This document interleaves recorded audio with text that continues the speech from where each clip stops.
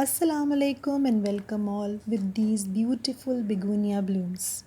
I hope that you will be happy and enjoying a healthy life. Viewers, in my previous video I spoke about pest control and today I'm going to show you that how I'm managing the insects, especially the flying insects in my garden. Why I use the word managing?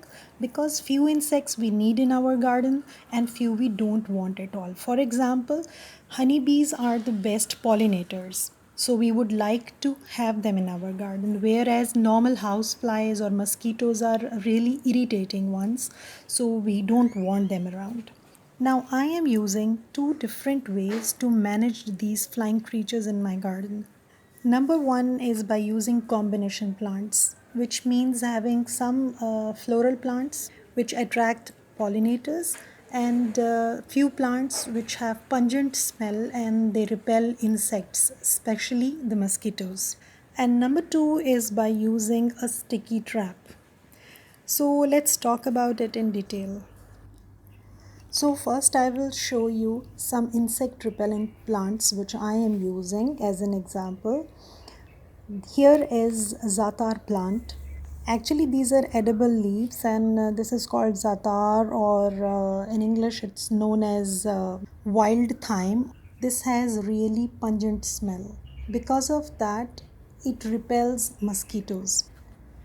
Then some flowering plants are there, and then next to that, here is rehan. Rehan is a plant which attracts honeybees on its flowers, but at the same time it repels mosquitoes. It has brown flowers, brown tiny flowers in form of bunches.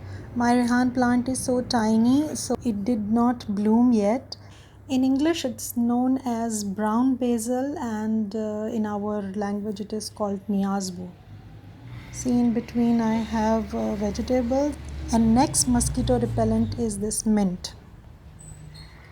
Mint also repels mosquitoes and flies. Then here in between I have some floral plants which attract pollinators in the garden, which is very important for our veggie plants. So always place them in such a distance that they will not disturb each other. See, I have kept this marigold here to control mosquitoes. It's very good mosquito repellent, and at the same time it attracts honeybees and butterflies because of the vibrant colors of its flowers. So it's kept here in this area of green leafy vegetables, and along with that I have petunia here, and I will talk about the magic of petunia later in this video. Now see, here again I have a portion of mint. This I have specially arranged near my compost bin to repel mosquitoes. And then in a combination I have floral plants here. This is my rose plant, and then here is another example of tomato plants, and in combination with tomato plants I have planted these onions. Onions repel many insects. There is a pungent smell in onion leaves. Even it saves tomato plant from the attack of white flies. So this kind of combination if you make in your plants, you can have a better garden which is insect free, especially the flying insects. And to be very specific, I'm talking about mosquitoes. Now instead of onion you can plant garlic, you can have lemongrass. There is a long list of these type of plants which has pungent smell, and that smell insects don't like. So ultimately they will stop visiting your garden. Now second method is using a sticky fly trap. And this is also very useful. It's easily available and economical resource to help to control the population of flying insects in your garden. I got it as a roll with a hanger. Normally you have to pull it and hang it in your garden, but I don't use it that way. By using it as a hanger, it will be stuck to one place. But I have cut it into A4 size pieces and placed it on the wooden sticks, and using them on different places in my garden wherever it is required. You can hang them also, but I feel it's more useful when placed in between the plants rather than hanging it at one place. Due to its sticky surface, even the smaller ones will be stuck on it. You can see these bigger one, it's actually printed like that you can see many flies, but that's part of the print. But see this smaller, this is a mosquito here, and here I hope you can see it clearly. See, here is my spinach. I have placed it in between, and on the other side I have radish and cucumber here. So in between vegetables I have just made its place. Because of its usefulness, I have increased its number in my garden. See, now I am using it after every small patch. In my opinion, colorful traps will attract honeybees also, which are great pollinators, and we need them in our vegetable garden.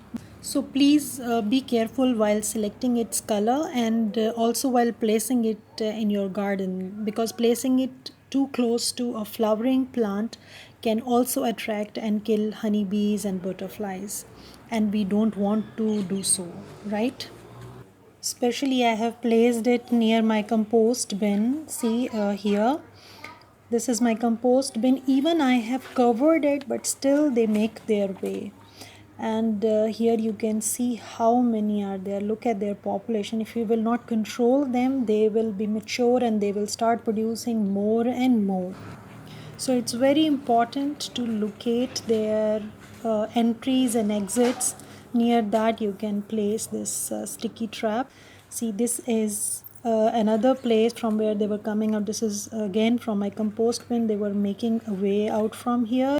Look at these tiny creatures. So when they will be flying around, they'll be stuck on this trap. These vinegar flies, which are normally attracted to compost or to rotting and fermenting material. Look at this, how much crowded it is. And now I have to replace this. I will just place a new one here, and you have to discard it properly because this sticky material is a kind of poison actually. Now let's talk about this amazing petunia plant. It helps us in two ways. It acts as a sticky trap, and secondly, its vibrant color flowers help to attract pollinators. Actually, it has tiny hairs on its stems, which are acting as a sticky surface. Basically, this is a self-defense mechanism of the plants. It's naturally found in it, through which the plant protects itself against the insects and pests attack. So see, these small mosquitoes and baby flies are sticking on it. So we can say that petunia provides protection and beauty both in your garden. Isn't it amazing? With this, I will say bye to you all. I hope that this information was useful for you, and see you next time inshallah with some update of my vegetable plants. Till then, take care, stay blessed, and Allah Hafiz.